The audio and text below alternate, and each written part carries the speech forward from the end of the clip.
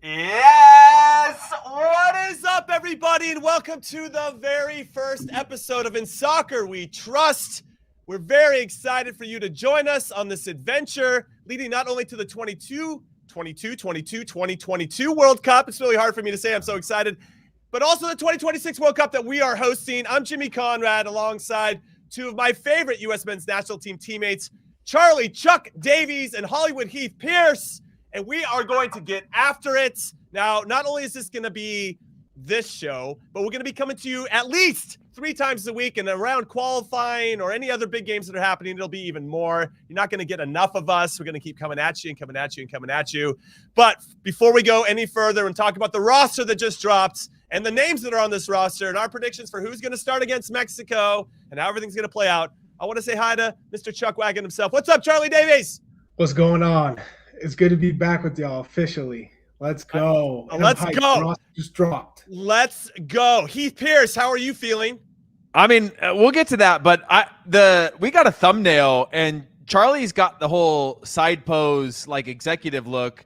Jimmy, you've got at least a collared shirt, and then I just look like an idiot. But so I'm just in. No, I think that's right. I think that's right. Yeah. That's the right branding. I think they did it exactly right. At least we didn't just all go for like the formal headshots. You know what I mean? Like that. Well, actually, that would have been kind of cool. You know, but I'm doing good.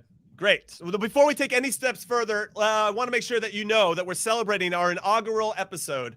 We've got a prize to give away. It's a $100 Paramount Plus subscription to a lucky viewer that's watching either on our new YouTube channel, In Soccer We Trust, or Que Golazo. We're doing a dual cast, everybody. And for everybody listening on podcasts, we appreciate you. Hit the subscribe button, leave a 5-star review, or if you're watching, hit like, subscribe, all the good stuff. Leave us comments. Also, leave your handle. That way, if you do win, Producer Dest is going to pick you. You could be the lucky winner that does it. Me, Charlie, and Heath are not allowed to have this, unfortunately. Otherwise, we'd be all over that in the comments. Now, before we get into the roster, we knew one player was definitely going to be there, Sergino Dest. Charlie Davies, I'm coming to you. He limped off for Barcelona today against Galatasaray. He was having a hell of a game. His influence and the way that he's really come along under Xavi has been immense. Xavi's even mentioned how well he's been playing. Now, we don't know for sure where he is. We haven't heard much from the Barcelona medical staff, but he seemed like he was going to be a lock starter for us against Mexico. How big of a concern is it for you if he's not going to be available for this? It's a big concern. You know, it's not the end of the world, though. It's not as if, you know, we're already missing Weston McKinney. I think Weston plays a huge part of just controlling the midfield, being a boss and a presence box to box. So that's a big miss. Now, Sergino Dest, I think, has turned it around with Barcelona thanks to Xavi putting the pressure on him. I think Dani Alves taking him under his wing. So he's grown, and I feel like, man, this could be his game to really come out and show what he's capable of against Mexico in Azteca Stadium. But I also have, I think, full belief and confidence in a Reggie Cannon if he had to step in, because he's played them. He has that experience, and I think he's starting to get minutes with Boavista. So I'm not that, I guess, worried as one would be. Okay. Now, DeAndre Yedlin played twice against Mexico over the last year. We won both of those games, both on home soil, though. That needs to be added in. He's got plenty of experience. One of our most capped players in this pool. Reggie Cannon has played in his last 10 games for Boavista. No losses, but 8 of those have been draws. So take that for what it is. Heath, let's talk to me first about Sergino Dest, and then we'll get into the roster. First of all, with Reggie Cannon, it's a team sport. So if you're going to hold the draw against him, don't. But if you're going to say it's a great thing, then yeah, give him all the credit for it. We need some credit. We need some credit right now. But yeah, it's a huge loss, and it's weird because when you go back to the early rounds of qualifying, Sergino Dest was the guy that we were saying probably got to sacrifice him, right? If he's not going to have the final product in the attack, and he's not going to be a stand-up defender, because we know how honest teams keep you in World Cup qualifying, especially in Concacaf, he might not be the right fit. We've seen a turnaround at Barcelona. Obviously, Xavi made those comments and then didn't play him when Dani Alves was back, but is still in the team and in his plans. And any compliment you can get from Xavi and playing at a club like Barcelona, I think, is a huge thing. His confidence seemed to be very, very high. And again, was one of my lock starters, one of my guys that I know for sure we don't need to change the formation that we're going to play, because we've got a good, at least our fullbacks are strong. This changes things a little bit. I don't think you necessarily go into like formational changes and things like that, but we don't have anybody at his level in this window. Maybe against Mexico, we'll have in exchange for some more defensive qualities that we can get from other players in that position that have the experience, like Reggie Cannon or DeAndre Yedlin. But when you think about the must-win against Panama, when you think about just some of the games coming up that could be really crucial to have somebody like him that is a game changer, I think that's where we could be wishing he was with us. What I'll add is that he got a piggyback ride from the locker room to the team bus after the game from his teammate Gabby. And it makes me wonder, like, if you had a serious hamstring issue, me and Chuck were talking about this before we came on camera, that would hurt. That would hurt just to kind of move around. So I feel like that's somewhat of a good sign. He's being playful, and hopefully it is pretty mild. I know that Xavi came out after the game and said, we're thinking it's mild. It's very similar to what Gerard Piqué went through recently. You still want to be cautious. We don't want to push it, but maybe not as serious as everybody might think it is. So that's good. I'm paraphrasing there from Xavi. But can I just point out real quick that if there was one person in this new show who I'd want to get a piggyback ride from, it would be Charlie Davies, because he's got those quads.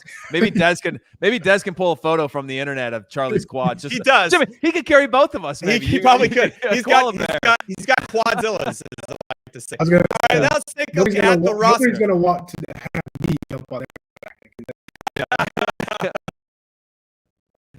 Chuck, I'm going to come to you. Any big surprises for you overall? When I'm looking at the goalkeepers first, Horvath obviously getting a lot of time for Forest, only giving up 2 goals in his last 5 games, but his competition might be angling to get back into the team. They're saying that Bryce Samba, the player that he replaced in goal for Forest, has better distribution skills. I saw a big article from one of their top fans going that, yes, we like that Horvath is growing into the position, but Samba can actually pass better out of the back. When you think about Mexico, you think about some of these teams, it does help when Stefan can get out there and knock the ball around. Now, Zach Steffen, speaking of him, on the bench for the first time since February 9th. He played last February 5th against Fulham, I think, in the FA Cup.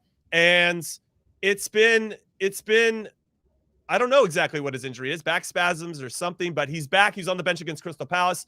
That's good news. And then Sean Johnson, obviously superb in the MLS Cup playoffs last year, continuing that fine form outside of giving up 4 goals to Comunicaciones in the CONCACAF Champions League in Guatemala earlier this week. Anything else that stands out for you? I'm going to goalkeepers first. We can maybe go line by line. What are you thinking about the goalkeepers? Let's do that first. Chuck, what are you thinking?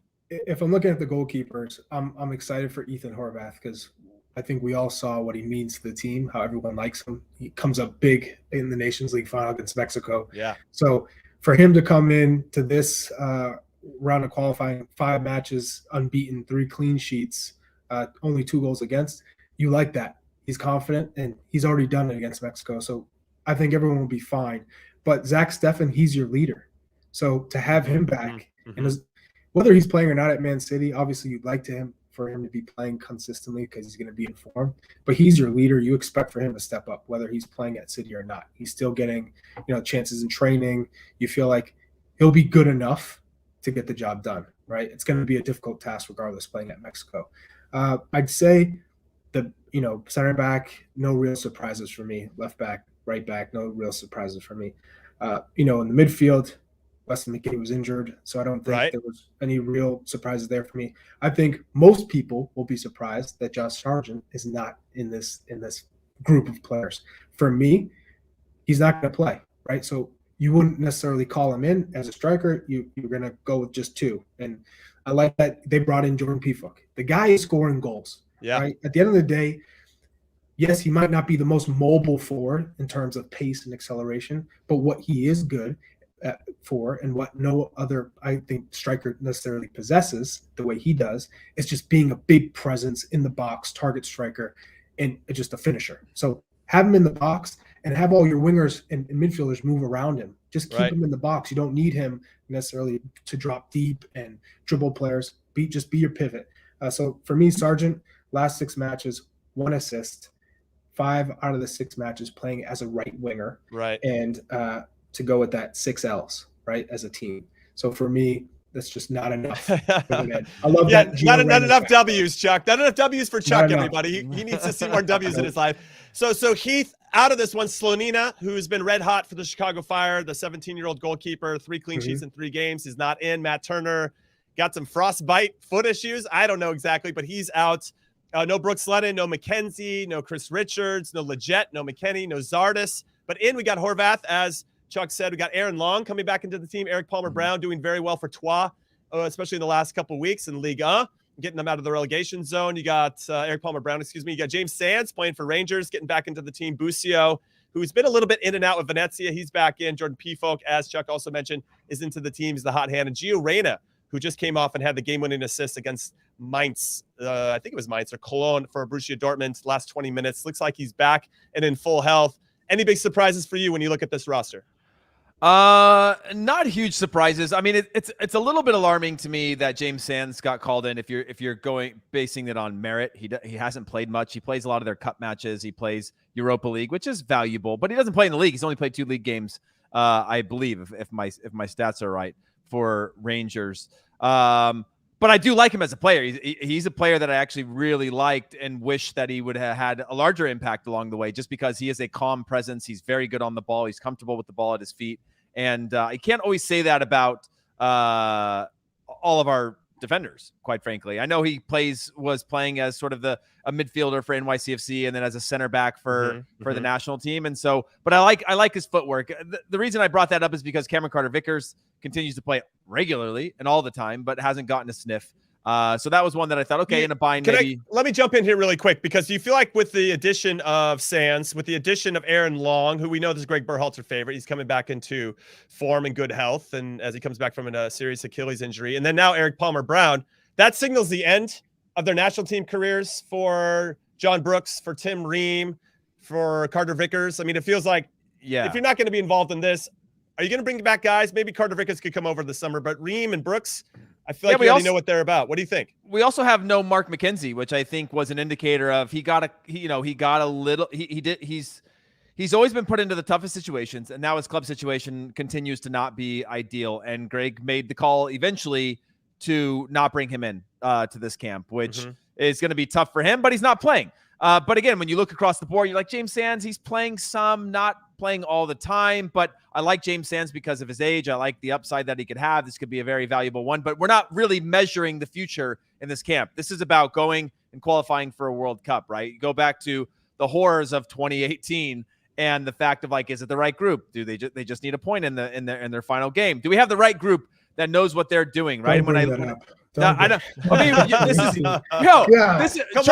this is the reality of the situation we're in. We haven't qualified yet. We're not there, but we know the clear pathway to qualify in these 3 games, right? We know exactly what we need from the Mexico game. We know really what we need against Panama, and then Costa Rica. We'll see how it presents itself at that point. But overall, I think it's still one of the strongest rosters. I'm super happy that Gio Reyna's back in. Obviously, we still got a number of injured players.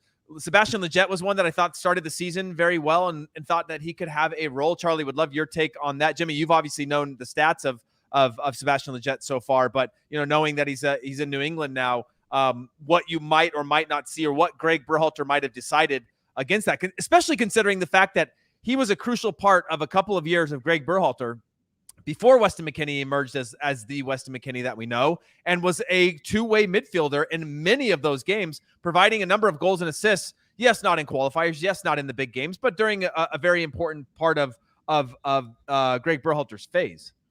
Okay, before we get to Chuck, because I want to hear your thoughts on Lletget and anything happening with the New England Revolution, and I'm still bitter they lost in the Concacaf Champions League last night. After having a 3-goal lead against Pumas, got to have some better in-game management, Bruce Arena and the team. And Charlie. I know they're missing some key players. But I do want to remind everybody, got to remind everybody, hit like, hit subscribe, turn on the notifications, and make sure if you're on the Que Golazo Pod YouTube channel, come over to In Soccer We Trust. If you're listening on the podcast forum, make sure you subscribe and leave a 5-star review. This is us playing the game. We want to play the game so we can continue to give you guys more and more of this amazing content on a regular basis. Now, Chuck, I'm coming to you. And keep those comments coming, everybody. And if you want to hit us up on the Twitter, In Soccer We Trust is the handle. ISWT Pod is the handle. Go hit us up on Twitter. Chuck, let's talk about Lletget and maybe the midfield overall. You got Kellen Acosta, Tyler Adams, Busio de la Torre from Heracles, Yunus Musa, Christian Roldan, but no Sebastian Lletget. Were you surprised, given, as Heath mentioned, his long history with Gregg Berhalter? I'm a little surprised. I think what Sebastian Lletget has done with the Revolution so far, for me, he seems like he's more encouraged to go forward and to use his creativity, where I think with the Galaxy, it was limited, because you were expected to either get it to Zlatan Ibrahimovic or to find Chicharito, right? And it was very direct. Whereas the Revolution, you can kind of go side to side. You have Carlos Heel there, you have Gustavo Bo and Adam Buxa. So it's kind of just figuring out how do they play and how do you fit in the system. I think he's free to just really play his game. And I think I like how he's progressed. But the Revolution, man, they blew that just because of just not having enough, right? Just you have a 3-goal lead. You know they're going to be ultra aggressive. You talked about it before the game. So prepare for the counter. Prepare to go on the attack at times too, because they're going to throw numbers forward. They had chances. Bruce Arena. I love Bruce Arena. Listen, he took me to a World Cup. I'm going to love that guy for life. But he said before the game, we don't need to score goals. Pumas does. And Pumas did, and Revs didn't, and they lost in penalties. Yeah. Now, Bruce is the best. He gives some of the best one-liners and press conferences out there, and I really appreciate what he's about. Most successful coach in MLS history, and for the U.S. men's national team, and for good reason. For he's such a great man manager. But I don't think he got it right, and the guys didn't perform. Obviously, not executing at a high level. It's like they didn't have a plan B once plan A didn't work. You know, and I guess we're kind of getting like off 2018. Yeah, I mean a little bit. There is, and now Heath's bringing up old stuff again. Listen, Heath, we're trying to, you know, so let's talk about this midfield then. Yeah. Who do you start? And I'm going to come back to you, Chuck, very quickly. Who do you start against Mexico in this midfield? Do you bring in someone possession based like Busio or De La Torre to partner with Tyler Adams and Yunus Musa? Do you just leave Tyler Adams out of it because if he gets another yellow card, then he missed the Panama game and put Acosta there instead? Heath has come on, and we've talked before on the U.S. men's national team hour about how Acosta and Adams don't necessarily always play well together, kind of because they're occupying the same space, looking for the same types of things. Who do you go with in this one? Because you could go Acosta, Adams, and Musa and really lock it down against a very good Mexico team.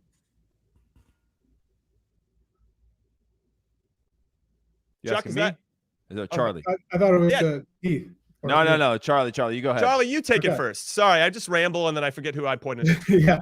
Part of my charm. He said, One, you for me, you go for the win, right? You're not playing this game to just, you know, hopefully draw or lose. You're going for the win. This Mexico team is very vulnerable. This isn't the Mexican teams of old where you're just hoping to stay in the game. You can win this game.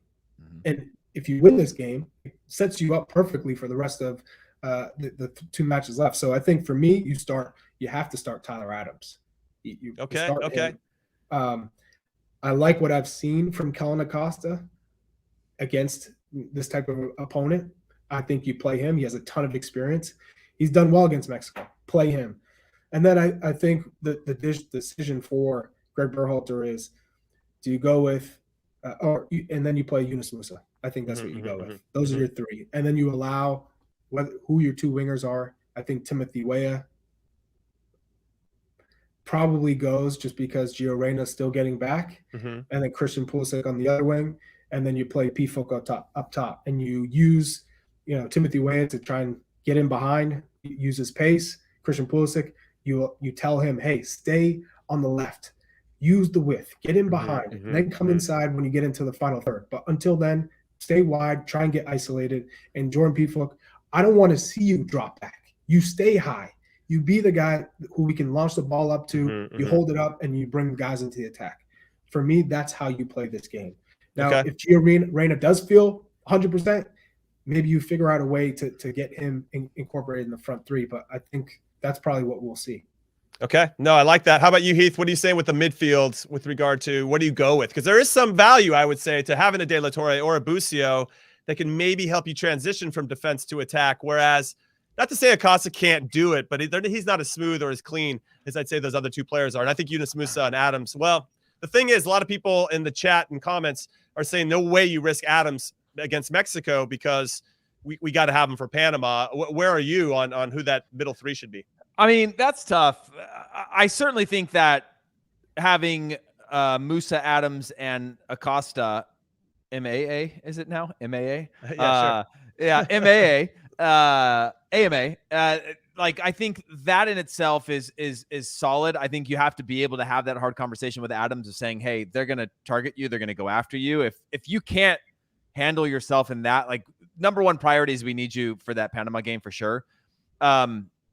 I don't like when Adams and Acosta play together. I think they're duplicative. I think that they sort of offset each other. They get into each other's way a lot. But when I think about the fact that you're going to have to win the ground game, you're going to have to earn the right to play against Mexico. You're going to have to scrap and battle and chase players down and get caught up in the emotion of winning space on the field. You definitely want Adams, and you definitely want Acosta, because they're going to do that. I think Acosta and Musa are my two sure starters for sure. Adams is one that I worry about for yellow cards, because of the fact that I'm saying you got to go and you earn and you fight and whatever, that it's easy to get caught up in that, and that could lead to a yellow card at some point in the game. I just worry about from there, if you don't have an Adams, who else is fighting, right? Busio, yeah, he's shown a little bit over time with Gregg to have a little bit more emphasis on the fight. He hasn't played enough, though. He's played like twice in the last month, you know. And he doesn't cover ground like Tyler Adams. You got to think about that. I think he played with 2 6s in this match. Yeah. So there's some comments, and we're seeing them. Like, there's no way that, I think this is Heath's burner account, that you play Acosta and Adams together. You know, he's talking and typing at the same time. Yeah. Really talented there, Heath, multitasker extraordinaire. But then there's one from Greg who says that Charlie, I loved you as a player, great goal scorer, but please do not pick the lineup. LOL. Hey, coming Charlie, in hot, listen, by the way. I love that. Strikers don't know what they're talking about, Charlie. Let's be honest. Typically, I'm spot on. That's all I'm going to say. Yeah. Typically, rarely I'm wrong, but mostly I'm right. Jimmy, what's your? You don't get to just host and walk your way out of not picking a lineup. Oh, no way. You know I love straddling the fence. I think there's something to be said for having a player in midfield that can provide a little bit something different than the other options. So for instance, if you go Tyler Adams, obviously he covers a ton of ground, as Chuck said, and he's just an animal, right? He's an emotional leader. He's a captain for a reason. Yeah, that's the thing that makes me. But that's something he can control. I think we're not worried about him. I don't know. You can get duped into yellow cards. I shouldn't talk. I used to get a whole bunch of those. This is Mexico, Jimmy. I get it. You don't think Mexico's going to go into that? I mean, yeah. Of course they are. You don't think there's going to be some gamesmanship to be like, no Bobby's way, dude. Yes, let's see if we can get this ref a little wound up on a few challenges from Tyler Adams. Okay, but I think you go with Adams or Acosta. And then you have Musa, who is very good at running with the ball in transition, breaking the lines with running with the ball. And then you bring on a De La Torre who can actually pass and break the lines through passing. And now you've got like this really nice balanced team. Now, the counter to that is, and something that I had already said, CBS wanted me to do a little reel about who I think my starting lineup would be. I went with Acosta and Adams and Musa because it just felt more safe and conservative. And I feel like that's what Gregg's going to do. They don't want to concede a lot of space. And we've seen Gregg make some changes at halftime that have actually really worked. I mean, I'm looking at Honduras away from home, you know, where all of a sudden, maybe it wasn't working the first half, but we survived it. And then we made some changes at halftime, and then we kind of kicked on from there. We are a second half team. That's been proven in multiple competitions and throughout a lot of this qualifying phase, that we're much better in the second half. I think when we can make those little adjustments or bring on a different player to change the game for us, or a super sub. Pulisic stands out against Mexico at home in Cincinnati in particular. So I could see us being somewhat conservative in that first half, kind of getting a feeler what's going to happen. But I think, I don't know. I like the balance, though, of having a guy that can pass out of trouble, a guy that can run out of trouble, and one that just really locks down that space in front of the back four. But Chuck, go ahead. If you're going to be aggressive, then I would say you play Adams as a 6, Musa being that kind of in between who can dribble out of pressure, and then you have one creative playmaker, and that you throw in Reyna. You could. That's true. Then you could play in a. Oh, why can't Aronson be in that? He plays that at the club level a lot. Yeah, but he could. I wouldn't play Aronson over Reyna if they're both fit and fully, ready to go. Would you start Aronson over Reyna? No, but I still think, given the context of like fully fit versus being able to play, like fully fit versus 90 minutes fit or 60 minutes fit. Right. I still think about like Reyna, like how can I get Reyna as connected to our attack as possible? Because when he's stuck out and isolated on the wings and stuff, he's not great. When he's connected, 1 and 2 touches spinning off the shoulders of players around him, that's where I really like him. That's why I like him in that 10 spot, Charlie. Right. I actually really like that.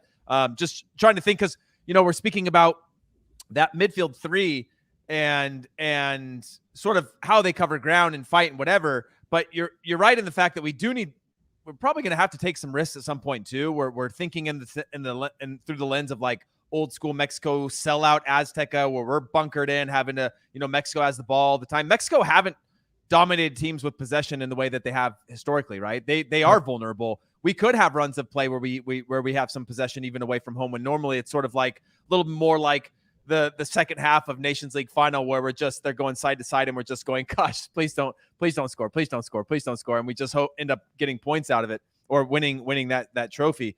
So I don't know. I know I kind of hijacked that a little bit there, but like I'm not against Gio Reyna in that spot for sure. But Gio Reyna also doesn't track back. Gio Reyna doesn't like to press. Well, I don't like when our best attacking options waste any time or energy playing defense. Now, I don't mind if they help kind of shape the play to a certain area, but yeah, I get it. I get why he doesn't want to track back. I mean, you want to save that energy for going forward, and we're going to need it because we need that change of speed, I think, in particular, to get past any of these opponents that we're playing up next. How many 10s defend? Like, really, to be honest. How many 10s exist, like, anymore? Also like, true. To be honest, like, but because you have to defend now. Well, I mean, the thing is teams now, the game is technical enough and fast enough now that whether you're playing Honduras or whatever, when the U.S. national team arrives late to press, and I'm not saying we should press, but if you have one person that doesn't press, teams will break your lines constantly. They will break through you. And when the U.S. is disconnected in their press, people break through them. And that is a lot of extra work that now are going to have to go on our double pivots or on our back line to have to recover, and other players around the field, that if you're going to have at least a cohesive press or have a higher pressing game, which Gregg Berhalter likes to do, then you at least have to have somewhat of an honest press for your first three, or at least make the game predictable or the triggers predictable so people know where the ball is going. No, that's fair. I like that insight a lot. Dan Kane, what's up, Dan Kane, says, I would start a 10 before I would even have Tyler Adams dressed for this game. That's how important the Panama game is.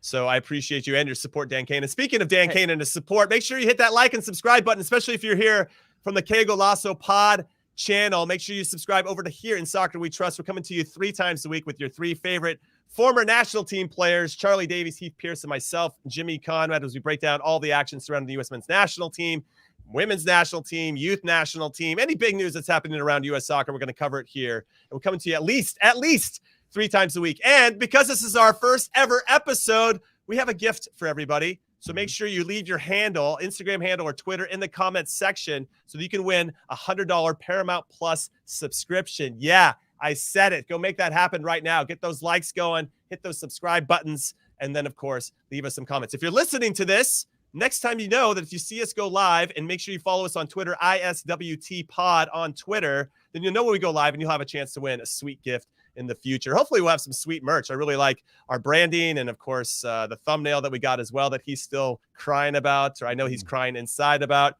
Now, I know I started, everybody, with the central midfield. And I feel like, well, that's the cliche, right? Games are won or lost in the midfield. I feel like we've kind of got that figured out, but I kind of want to hear from everybody that's watching and or listening. Hit us up again, ISWT Pod on Twitter.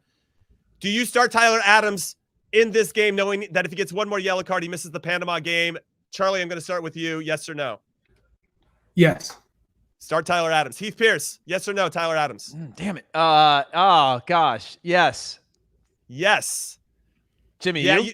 I think you have to start. You have to start him. Yes. You play your go best for players. the win. You play your best players. By the way, I talked to Anibal Godoy from Panama, and I kept trying to get him to talk about the U.S. game, and he was like, the first game matters the most, right? They play against Honduras. Panama plays against Honduras, and I keep thinking to myself, like, I should be thinking the same. We should be thinking the same against Mexico. As Charlie said, we should be trying to win against Mexico, not thinking about, like, whatever happens here, we're going to go and win against Panama. A win against Mexico propels us to whatever ends up happening against Panama. And so I agree with that. Tyler Adams starts for me. So what I'd say, though, is he's got to be very disciplined on the emotional side of it, because it's very easy to get wound up, especially against the Mexico team that likes to keep possession. That all of a sudden, if they have possession at Azteca, you're going to get a lot of oles, and that's going to get you all fired up. We used to turn red every once in a while, want to go 2-foot somebody when we're not having control of the game, and Mexico's very good at controlling the game. It's kind of back and forth, though, in the comments section of yes, we should absolutely have to play him, and no, what are we even thinking? You don't have any change of your mind, Chuck. You got to play him 100%. 100%. Jimmy, if you're in the same position, okay, you're the starting center back. You're playing well. You're the guy, and all of a sudden you have a yellow, and it comes to the coach comes to you and says, "Do you think I can trust you to play this game? Do you think I should bench you for this one and hope for the next one?" I hope he asked me. Actually, I don't think he'd ask me. But no, go ahead. that sounds like a great idea. I can't control myself. Like, and I don't trust myself. Or you're going to say, all right, play all me, right. Right? Like, what are we talking about? Play your best you're players. right. Yeah, but if we beat Mexico, the guys, game all I doesn't think about is mean Charlie. Charlie, all I think about is Tyler Adams tracking a guy to the sideline. That guy spins out, and Tyler Adams just leaves his legs out for one time. Which he's so capable of. That's the point of chasing somebody down. Is that if they spin out on you, you gotta kick them. And Mexico, you wouldn't trust yourself? No, I mean, I don't trust myself on this show, let alone on a field. But yeah, I think you have to, because again, you can't. It's a really bad. I think it's bad juju. I think it's bad trust to think about the game after, when you have a game at hand against a team where there are points possible. You can get all 3 points. The Azteca, you're playing in March. You're playing in a half capacity stadium. You don't have the same humidity. You don't have the same heat. You don't have, like, the opportunity is there. So play Tyler Adams. Trust him. If he burns you, I still like our second best 11 to get the result against Panama. And so does Chad North. He says, yes, play Adams, win this game. If Adams picks up a yellow, then we just need to beat Panama without him. And honestly, we should be able to beat Panama at home. I mean, if that's what it means for us to go to a World Cup, then guys need to step up and make that happen. All right, everybody, we're going to take a very quick break. But when we return, it's going to be very quick. Don't worry. We're going to talk about who we think should start up top against Mexico, our front three, and, of course, our back four. And then we'll get to our goalkeeper. So don't go anywhere.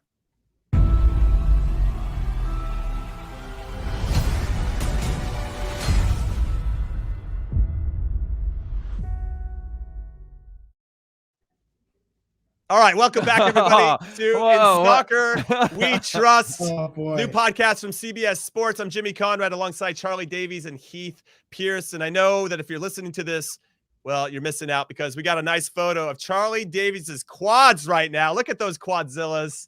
Oh, my goodness. You still working out, Charlie? What's going on? Jeez Louise. No, not like the olden days. But I still got some quads on me.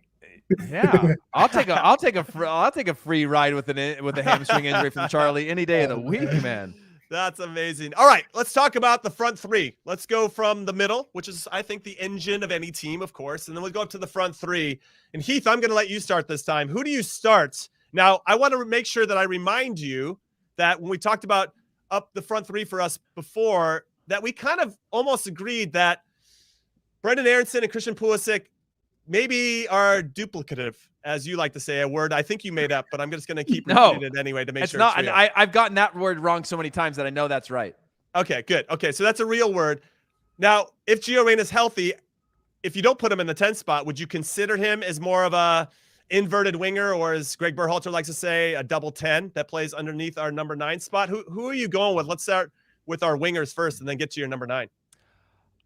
Here's the thing is, the U.S. has started so poorly in every game in terms of scoring goals and scoring in first halves that I'm not worried about starting Gio Reyna. I'm actually happy to bring him in when the game opens up a little bit, knowing that he hasn't been in a while. Yeah. And could come in. Same with Brenden Aaronson. Like, I like even Christian Pulisic when he was coming back. I like the ideas. We very rarely just sort of, outside of like what? It was Jamaica in the first half at home in Austin, where we really sort of controlled the flow of play, created opportunities and that sort of thing, even though we weren't really, making a lot out of it. So for me, just the starting team is just more about the balance of the squad and who's going to be able to. Of course, I've got Christian Pulisic on one side. When I'm thinking about who our lone striker is, I still like the idea of Jordan Pefok. Maybe we get it really wrong and he doesn't touch the ball at all. But I go back to our generations, and that probably spans, I don't know, 15 years or something like that. I thought you were going to say 50. I'm like, I'm not that old, yeah. dude. Yeah, no, let's say it spans like 11 years, but each of us had a generation of a striker that was willing to scrap and fight. Like, right? Charlie at his best had a number of different tools. Not only would scrap for fight, but he also, would chase the ball and kind of did a lot of that other work that some of these other strikers didn't. But when I think about Brian McBride, Brian Ching, when I think about Connor Casey, when I think about a number of these guys, target strikers, relieve pressure, draw good fouls so Kellen Acosta can get his foot on the ball to get you set pieces in good spots if you're not playing well, all those kinds of things. I think about a Jordan Pefok of being in and around the box, being busy, occupying the center backs, those types of things. I just want him there. And then on my wing side, on the other wing, I don't know if I like Timothy Weah. Hasn't been getting the minutes that I wish that he would have, but in the national team, he seems to come to life and has a little bit of that swag right now, and hopefully that carries on. Sometimes it doesn't over a month month gap. But him being able to just stretch a team, knowing that a long lumped ball over the top might be something we get out of it, the old Charlie Davies style of pressure and chase anything because something could come of it. I like that. It unfortunately means that I leave Brenden Aaronson off of that. But again, Brenden Aaronson being the busy bee that he can be later in games when the game is a little bit more open and it's a little more predictable for him of where he can have his impact. I like bringing him off the bench as well as Gio Reyna.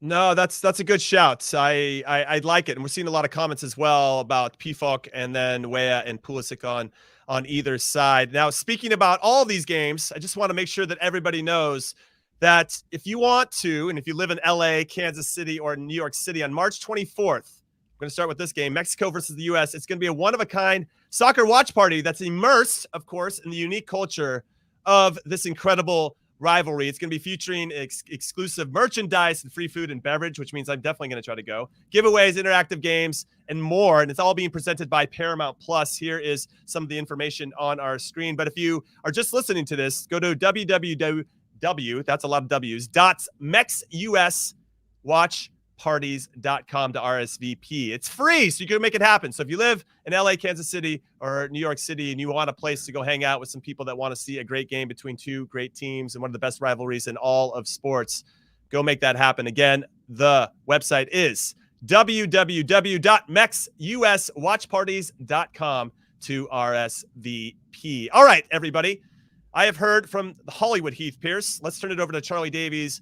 Who is your starting front three for this game against Mexico, Chuck? I think you go with Christian Pulisic on the left, you go with Jordan Pefok up top, and you go with Timothy Weah as your right winger. You bring in Gio Reyna, because I don't think he's necessarily ready to start a match. He just got back into it.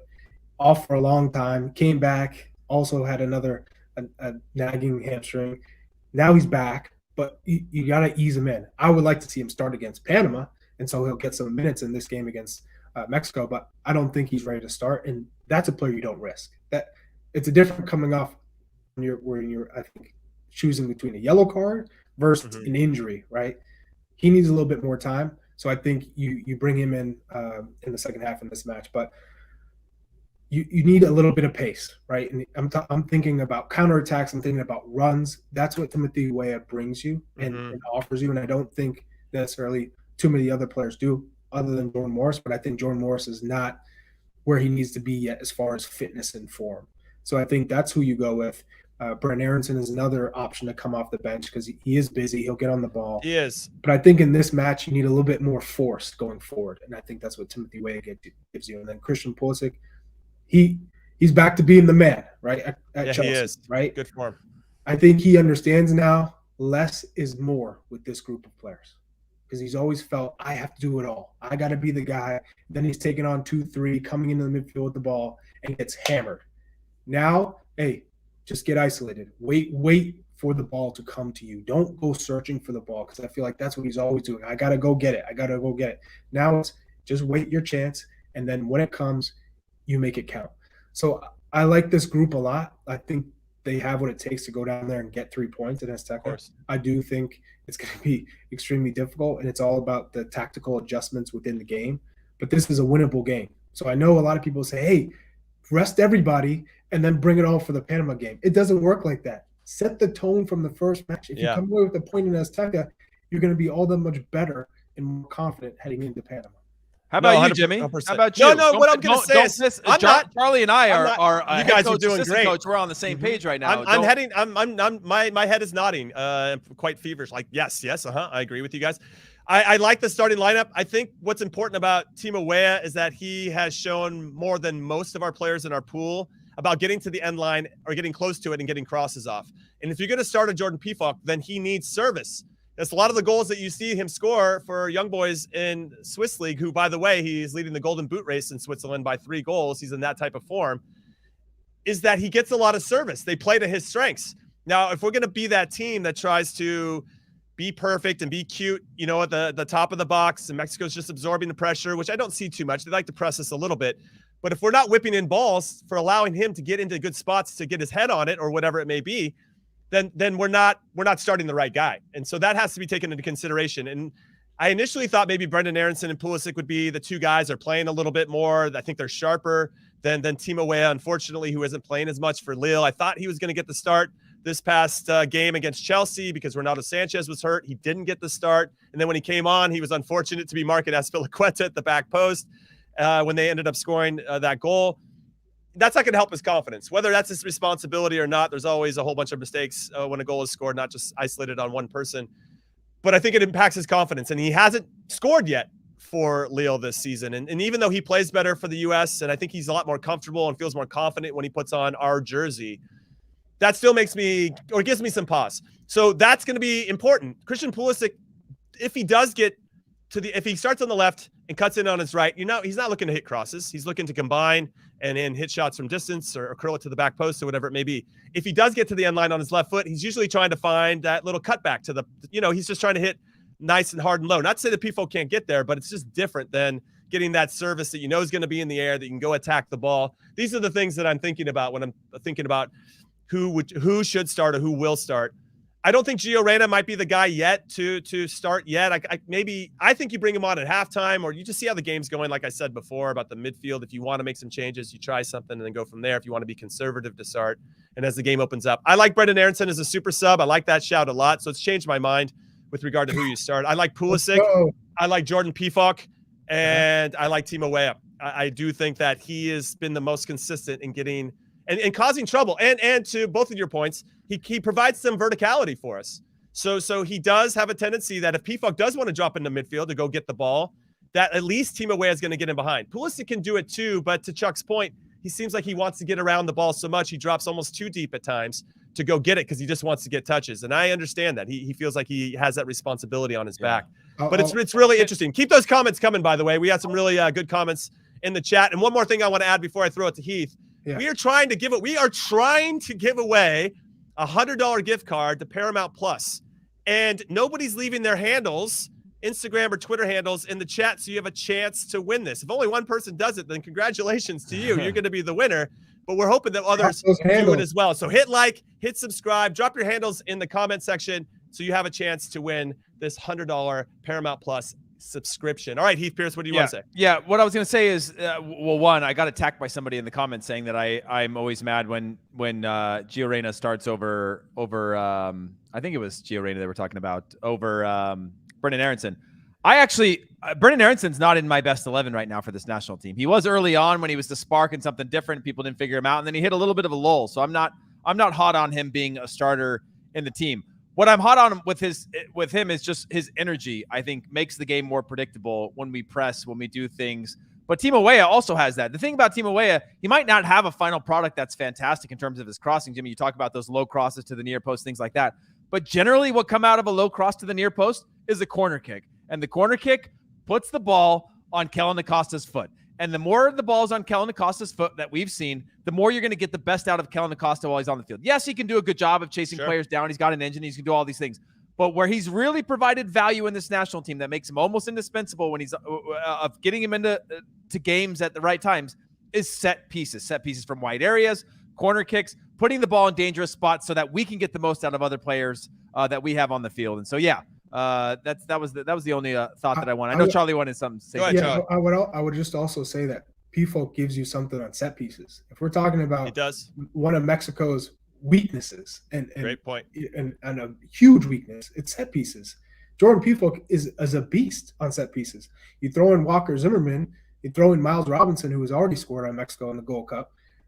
You have a number of options who can get on the end of crosses. So I like Pefok also starting just because he gives you that added dimension to the game, and set pieces might win you this match in Mexico. Well, I think Jimmy, let me, a few matches. Let me say something. Let me ask you something, Jimmy. I want your because we talk a lot about set pieces, and I think some people sometimes see that as an excuse to whatever. But for set pieces, for you, right? All three of us have been in these environments before where you might go long periods without touching the ball, right? And you need somebody that can, a set piece could change everything of just the importance of how hard it can be to score away from home in World Cup qualifying, Jimmy, for you. And then you yourself and both of you who are good on set pieces, how important that can be when things aren't going your way, just to have that threat. And the U.S., without Kellyn Acosta, hasn't really been a threat on set pieces. But when you go back to, again, earlier in the summer that we've talked about, Gold Cup, Nations League. What are the things that won it for us? Set pieces. It wasn't because we played beautifully or played teams off the pitch. It's because we got chances, we got them into dangerous positions, and we had killers in the box that could finish them off. Well, yeah, I feel like in that particular instance, we're living rent-free in Mexico's head. I actually feel like they get a little bit tight. They get a little bit nervous, like here we go again when we get a set piece, because to your point, both of our first 2 goals against Mexico in the Nations League final, Reyna scored off a corner kick, Weston McKinney scored off a corner kick, and then we got another set piece off of a penalty. Obviously, a good instance where we had something happen in the run of play. We scored 2 run of play goals in Cincinnati in the earlier World Cup qualifying, and then as Chuck mentioned, we had that Miles Robinson winner in the Gold Cup final in Las Vegas off of a set piece. So I do think that there's some vulnerabilities there in particular where we have a history of scoring set piece goals. And I thought you were teeing me up to roll my clip against my goal because it was a set piece as well against Mexico. But what I think is interesting, and we don't have I don't it ready, know why Des doesn't have hotkeys to just be able to we should roll have that. that. I want to roll my clip so badly. Right? I wish I'm pressing an invisible button right now. Charlie might not know this, but Jimmy, did you buy it, Jimmy, or were you gifted U.S. it? Soccer gave me the rights to that clip. Yeah, he owns the rights. I own the right. It's was my like, new NFT. It was like 10 years before NFTs. He was already owning digital moments. Yeah. Okay, so what I wanted to add also is that Weston McKinney's actually been one of our bigger threats on set pieces. Yeah. He hit the crossbar, had a good save in the Canada game, scored against Mexico in the Nations League, just scored against Honduras in our most recent game as well. I think not having him is a big loss for us. What do you say to that, Chuck? Yeah, it's a massive loss. He's one of the best players in Concacaf, and we've seen how he's developed at Juventus. And I think this is a player who, gives us a different, I think, command in the midfield. You're talking about a box-to-box player. He wins challenges. He starts the attacks off of transition moments, even defensively. He's just a phenomenal presence to have, and one that really rallies the troops. Everyone loves playing with Weston. Everyone enjoys him being in the locker room. So it's a massive loss. I will jump in and say that Juventus, I think, missed a little Weston McKinney against Villarreal in the Champions League in leg 2. Now, Heath, talk to me. If you're Gregg Berhalter, now I don't know how this would work, talking to Juventus. Yeah. But would you have brought Weston McKinney, or do you bring Weston McKinney on this trip just to be around the guys? Because as Charlie says, that he's got that presence. I mean, he could just through osmosis, maybe can hand off some of that swagger that he has and that confidence that I think you need to go out there. We need players that are fearless in these games. We can't have anybody be timid. If we're not going to qualify for the World Cup, I want us to go down playing as hard and as confident as we possibly can. If it doesn't work out, it doesn't work out. But I don't want us to not qualify for the World Cup because we're timid. I don't want that at all. What are you putting out into the atmosphere? I'm just saying go down swinging. Go down swinging. You started it. Okay, that's fair. But yeah, I think you do bring him in. One, because I think, he's been in LA, so I think he's probably had access to the medical staff that is based in LA. I know some are in Chicago as well. And you bring him in for morale. We saw it before with Aaron Long when he was on his way back, checking in with the team, spending some time with the team. Core players, I think, should be around the team, and people that have been important parts of this qualification campaign, like Weston McKinney, should be in and around the team because he's a calming presence. He kind of takes the edge off. I know he's kind of a jokester. They like him in the locker room. They like him in the meal room. He's just the guy that you want around all the time, as Charlie said. It's a huge loss not to have him, but at least maybe for the Panama game he's around. I think he's still based in the U.S. As well. It's an easy thing to do to bring him in, knowing what kind of respect he's earned within the team, knowing that he bounced back from his own sort of controversies earlier in the qualifying campaign. I think he's shown a great level of leadership. So yeah, you want to bring him in. Okay, and then Chuck, there's a great question here from Ryan Townsend. It says, with Busio, De La Torre, and Musa included, is there anything else that Gregg Berhalter and his staff could have done to replace McKinney? My quick answer is, well, thankfully Gio Reyna's healthy and he could fill that gap for us. What do you say? Well, not like for like. There's no one that does anything quite like Weston McKinney. So with that being said, no. But what he's done is he's brought in midfielders who he's seen, who he knows what they can bring to the table, who have been tested at least in World Cup qualifying in CONCACAF. You have Yunus Musa, who is a special talent, who still we haven't even seen the best of yet. We've seen flashes here and there, but a complete performance for 90 minutes and giving us the best of what he can do in the attacking half. I think Gregg has largely used him as a kind of a two-way, whereas at Valencia, he's playing as a winger, an attacking winger. He has some defensive responsibilities, but for the most part, it's being on the front foot. Luca De La Torre is one of those possession-based midfielders with Gianluca Busio. Roldan is kind of like that, just run, be aggressive, fight, a player that is, your typical, I'm just going to bring it and bring the energy and bring the consistency. You know what you're going to get from him. Nothing special, but so at times that's what's needed. Someone who's just run and be effective and make those challenges and make the recovery runs when needed. So I think with this group, it's you're looking to play Tyler Adams, Yunus Musa, majority of the minutes, and I think you're trying to be flexible with the third midfielder, whether it's Colin Acosta, whether it's Gio Reyna. I think it depends on the time, the game, and the tactics. No, I appreciate those sentiments. Now, before we get to the back line and the goalkeeper, I want to remind everybody we're trying to give away a gift card to Paramount Plus, $100 subscription. Yes, that's what we're doing here as a gift to all of you for supporting us on our very first episode of In Soccer We Trust. We salute you for hanging out with us today. Also, if you're watching from the K Golasso Podcast YouTube channel, make sure it's a dual cast to go over to In Soccer We Trust YouTube channel. Hit subscribe on that too, because we're coming to you at least 3 times a week, talking all things U.S. soccer related. It's going to be awesome. And of course, if you're listening to us on podcasts, hit that subscribe button, 5-star reviews. Going to keep giving you the good stuff with all that positive feedback. We think we're doing a pretty good job. We just got started, though. You maybe think otherwise. Let us know in the comments as well. Now, also, there's also a big watch party happening on March 24th, Mexico versus U.S. If you live in L.A. or Kansas City or New York, there's a special website for this. It is, Heath knows, but it's MEXUSWatchparties.com. If you want to go there to that website, MEXUSWatchparties.com to RSVP. It's being presented by Paramount Plus. There's going to be merchandise to buy. There's going to be free food and beverages, giveaways, interactive games, and it's pretty awesome. I'm a little jealous if I can't get to one of those. I live in San Francisco, so it might be a bit of a reach for me. All right, Heath Pearce, let's talk about the back line. I'm coming to you. Now, we have Dest potentially hurt. We got Aaron Long into the team. He's back to being full health, looking pretty sharp for the New York Red Bulls. We got Eric Palmer-Brown, who is reemerged back into the national team scene. He's only got 2 caps overall. I guess he was going to get called into the Gold Cup, but something happened, and I think that would have been a good opportunity. We saw a couple other players make their name in the Gold Cup, most notably Miles Robinson, Matt Turner, could have been Eric Palmer-Brown, but here he is in our most important qualifying window to date. Who do you start in the back line? I think Anthony Robinson's the lock. Sergino Dest, if he's healthy, is the lock, but if let's say he's not, who's your center backs? Who's your outside backs? Hit me up. I am probably going to go with Walker Zimmerman and Aaron Long. Gregg likes Aaron Long. I think Aaron Long can be trusted. I think he's had a great start to the season. A Red Bull team that most people have written off. Even the coach was saying they need reinforcements or they weren't going to be competitive, and he's been very, very good. Okay, well.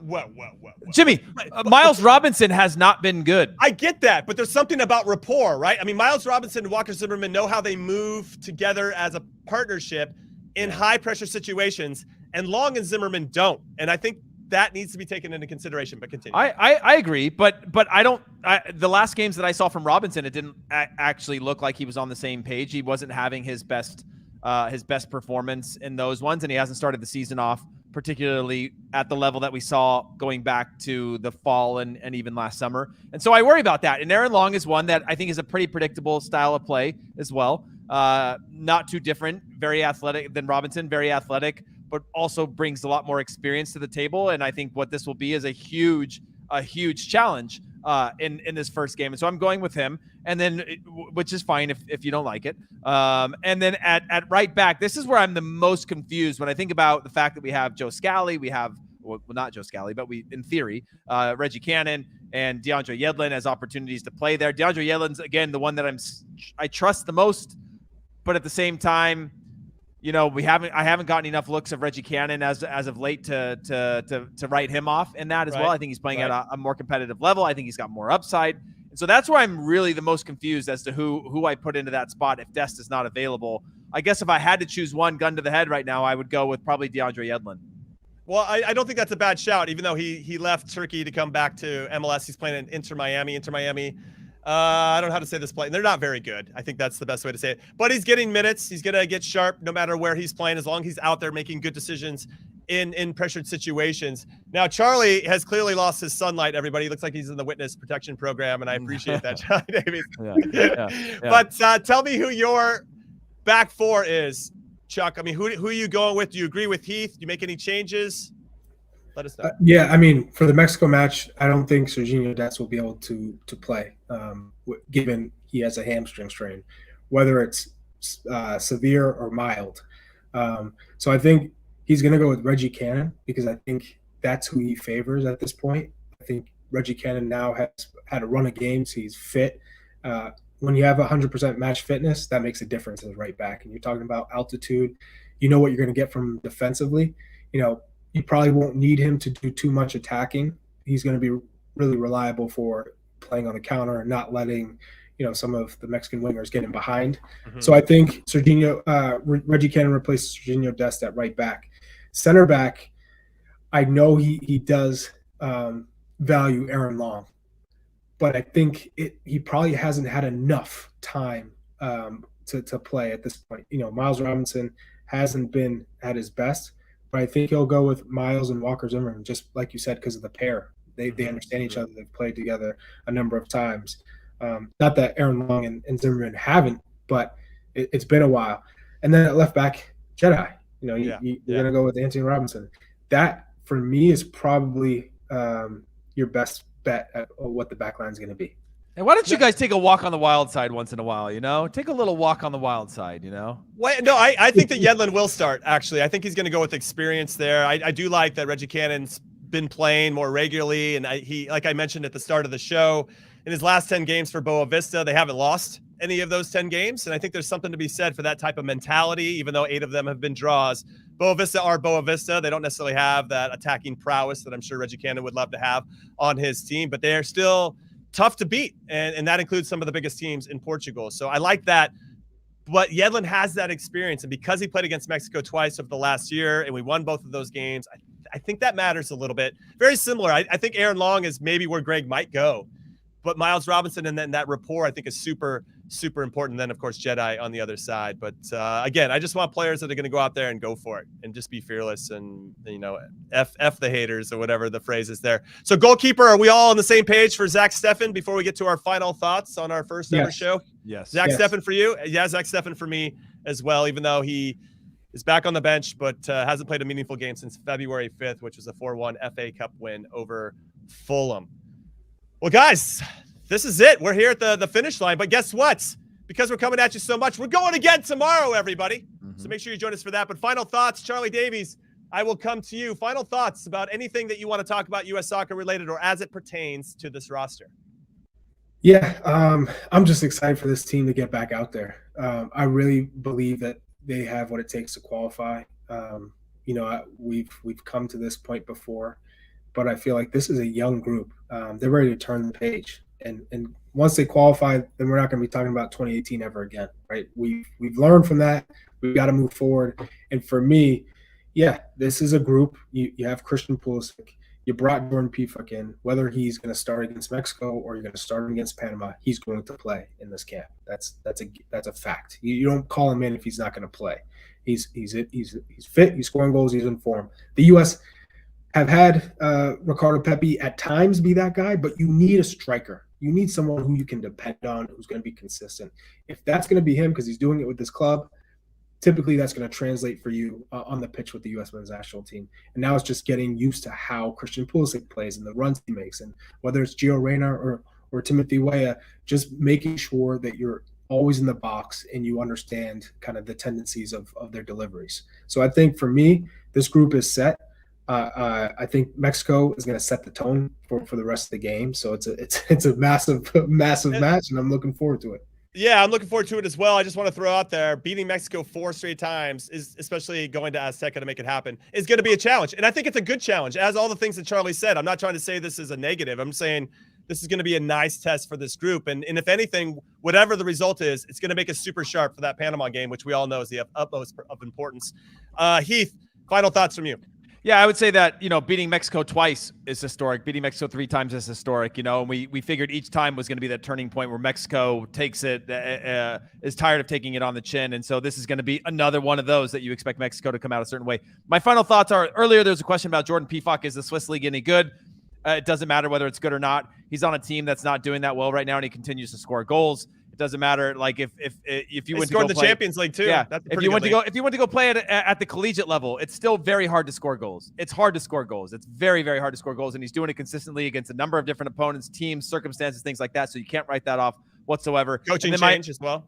Coaching change as well, of having the comforts of David Wagner no longer there, and continues to still score goals. He's in peak form right now, which you got to give credit to.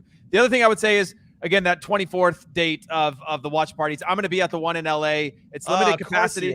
It's limited capacity at all of them. So make sure that you sign up and you RSVP on that link. It's first come, first serve. So if you're going to get there, it's at the Soccer Roof in New York. It's at the Power and Light in Kansas City. In LA, it's at House of Football in Highland Park. So if you want to come join me for that, I'll be sort of like itching myself throughout the game, just kind of scratching my arm, nervous. Just nervously scratching myself throughout the game. I might not be that social, but I will have a couple drinks in hand, and I'll be having a good time. Wow. So come out and join me. The fun and happy Hollywood Heath Pearce. That would be. I wish I could be in LA just for that, especially when he's itching himself. I want to know more about that. Sorry, guys. I know that changes the tone when you say itching versus scratching, but. All right, my final thoughts, everybody, outside of thanking you for joining us for our first ever episode of In Soccer We Trust, is to remind you we have another show tomorrow here on our YouTube channel. It's going to be live.